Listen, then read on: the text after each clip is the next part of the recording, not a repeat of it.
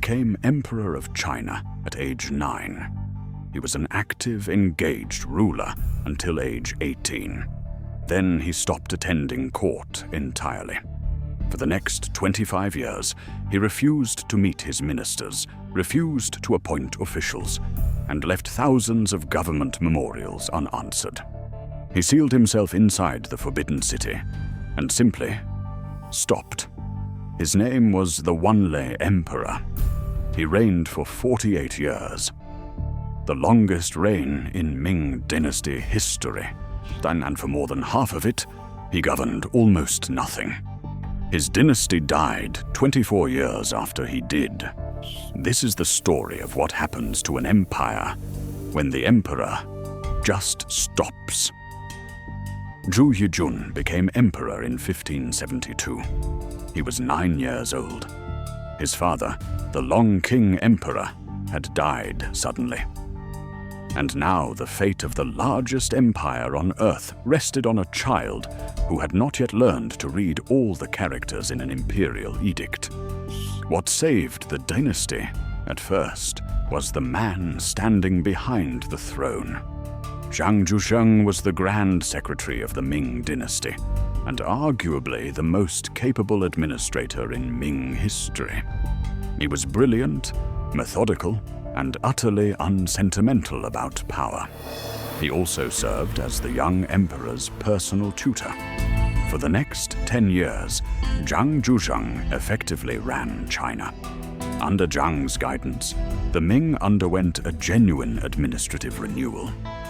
He implemented the single whip reform, a sweeping tax restructuring that converted labor obligations and goods taxes into a single silver payment, dramatically simplifying collection and reducing corruption. He audited the land registers, discovering that wealthy landowners had hidden millions of acres from the tax rolls. He rebuilt the northern frontier defenses. For the first time in decades, the Ming treasury ran a surplus. Meanwhile, the young emperor studied, practiced calligraphy, observed court ceremonies, and grew into an intelligent, curious adolescent who showed real promise. When Zhang Zhusheng died in June 1582, the Wanli Emperor was 18 years old. The empire Zhang had stabilized was in better shape than it had been in a generation. And then everything started to fall apart. For the first few years after Zhang's death, the Wanli Emperor governed with genuine energy. He was freed from the tutor he had feared and revered, and he threw himself into active rule. But something was already wrong. Pressured by officials who resented Zhang's dominance, Wanli stripped Zhang of his posthumous honors, confiscated his family's property, and exiled his sons.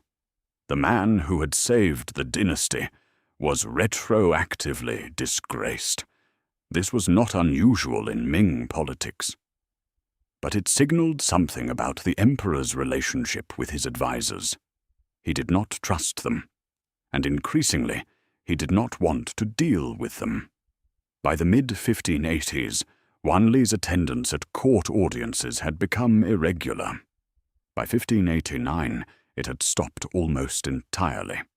The official explanation, when there was one, varied. His health was poor. His legs troubled him.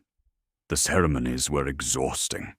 In later years, his obesity became severe enough that he could barely walk without assistance, and climbing the steps to the throne hall was genuinely difficult. But the bureaucrats who spent careers sending memorials into the imperial silence were not convinced. And they were probably right. The Wanli Emperor had not retreated from the world because he was physically unable to govern. He had retreated because governing had become intolerable. And the reason it had become intolerable was his most beloved concubine and the son she had given him. In Ming Dynasty law, the succession was not a matter of preference. The eldest son ruled. This was not tradition. It was constitutional law, written into the founding statutes of the dynasty by the Wanli Emperor himself. The Wanli Emperor had 3 sons. His eldest, Zhu was born in 1586 to Lady Wang, a palace maid the emperor had slept with once, apparently somewhat reluctantly, and had never particularly favored. His 3rd son, Zhu was born to consort Zheng. The woman Wanli loved passionately, his great favorite, the most powerful woman in the inner court. Wanli wanted consort Zheng's son to be crown prince. Every official in the Ming government told him this was impossible. The law was clear. The eldest son was the heir. What followed was one of the most destructive bureaucratic standoffs in Chinese history. For 15 years, from 1586 to 1601, the Wanli Emperor refused to formally designate Zhu as crown prince.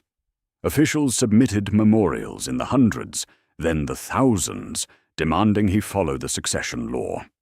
Wanli ignored them. When officials pushed too hard, he demoted them, exiled them, had some of them flogged in the outer court. When he couldn't stop the memorials, he simply stopped reading them. The standoff paralyzed the entire Ming government. Every major appointment, every policy decision, every military appropriation moved through an imperial court that was consumed by the single question of who would sit on the throne next. Officials who supported the eldest son were persecuted. Officials who said nothing were suspected. The factional warfare that had always existed within the Ming bureaucracy hardened into something toxic. In 1601, Wanli finally capitulated. Zhu was designated crown prince. It was the right outcome, and it came 15 years too late, at a cost the dynasty could not recover from. While the succession dispute consumed the court, the empire's practical problems accumulated without anyone to address them. Governors died and were not replaced. Magistrates completed their terms, and no successors were sent. Military commanders petitioned for reinforcements and received no answer. By the 1610s, scholars and officials were noting in horror that entire provinces were operating without senior administrators, not because there were no qualified men, but because only the emperor could make appointments, and the emperor was not making appointments. This was the structural flaw at the heart of the Ming system. The founding Wanli Emperor had abolished the position of Prime Minister in 1380, concentrating all decision-making authority in the emperor himself. Zhang Zhuzheng had worked around this by becoming an unofficial prime minister anyway. But after Zhang, there was no one with the authority to fill the vacuum. Only an emperor who would not. On the northern frontier, the situation was becoming catastrophic. The Jurchen tribes of Manchuria, long a manageable frontier concern, had found a leader of extraordinary ability. Nurhaci was unifying the Jurchen clans, building an army, and developing a writing system for a people who had never had one. In 1616, while Ming officials were still arguing about appointments and succession debts, Nurhaci founded the later Jin state and declared himself Khan.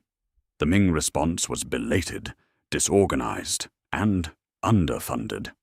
In 1619, at the Battle of Sarhu, a Ming army that outnumbered Nurhaci's forces 4-1 was destroyed in 4 days.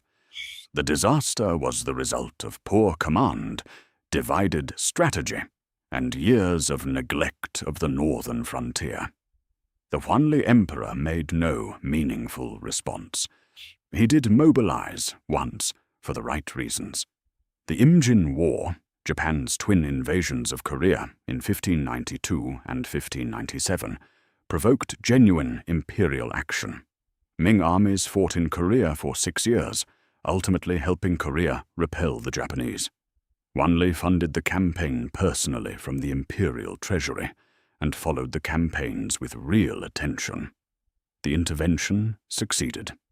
It also cost enormous sums the treasury did not have, and troops the frontier could not spare. Meanwhile, his eunuchs, dispatched across the country to collect mining taxes, were extorting local populations in the emperor's name. Riots broke out in multiple cities. The resentment spread. The revenue they collected was a fraction of what the empire needed. Wanli Emperor died on August 18th, 1620. He was 56 years old. The man he had never wanted as crown prince, Zhu Changluo, the son of the palace maid, the boy he had refused to designate for 15 years, became the Taichang Emperor. He died 30 days later. The exact cause remains disputed, but poisoning, deliberate or accidental, has never been ruled out. His son became the Tianqi Emperor, a teenager with no preparation for the role he had inherited. 24 years later, in 1644, a rebel army entered Beijing. The last Ming Emperor, the Chongzhen Emperor, hanged himself on Coal Hill behind the Forbidden City. The Manchu-led Ming Dynasty marched in to restore order and stayed for 268 years. The historian Rui Huang, writing in his landmark study, 1587, A Year of No Significance, argued that the Ming Dynasty's collapse was already structurally inevitable by 1587, when the Wanli Emperor was 24 years old and the succession dispute was just beginning. The system the Hongwu Emperor had designed required a single, active, competent decision-maker at its center. When that center refused to decide, the whole structure drifted. Not dramatically, slowly. Officials adapted. Workarounds developed. The machine kept running on its own inertia, until it met a challenge it could not absorb. The Jurchen rise under Nurhaci was that challenge. The Wanli Emperor was not a monster. He was a man trapped in a system that made active governance agonizing and withdrawal easy. The Ming bureaucracy was fractious, moralistic, and relentless. Every decision invited opposition. Every appointment created enemies. The succession dispute had taught him that the entire government apparatus would fight him, publicly and in writing, for 15 years over a single question. The rational response, at least from inside a palace where no one could force him to appear, was to stop appearing. 200 million people paid for that decision. The Wanli Emperor reigned for 48 years. He governed actively for perhaps 6 of them. His dynasty outlasted him by 24 years. The mausoleum he built for himself, the Dingling, excavated in 1956, remains one of the best preserved Ming imperial tombs. Inside, archaeologists found his skeleton. His spine was severely curved. His legs showed signs of atrophy. He had not been lying about his physical difficulty. He had just been silent about everything else.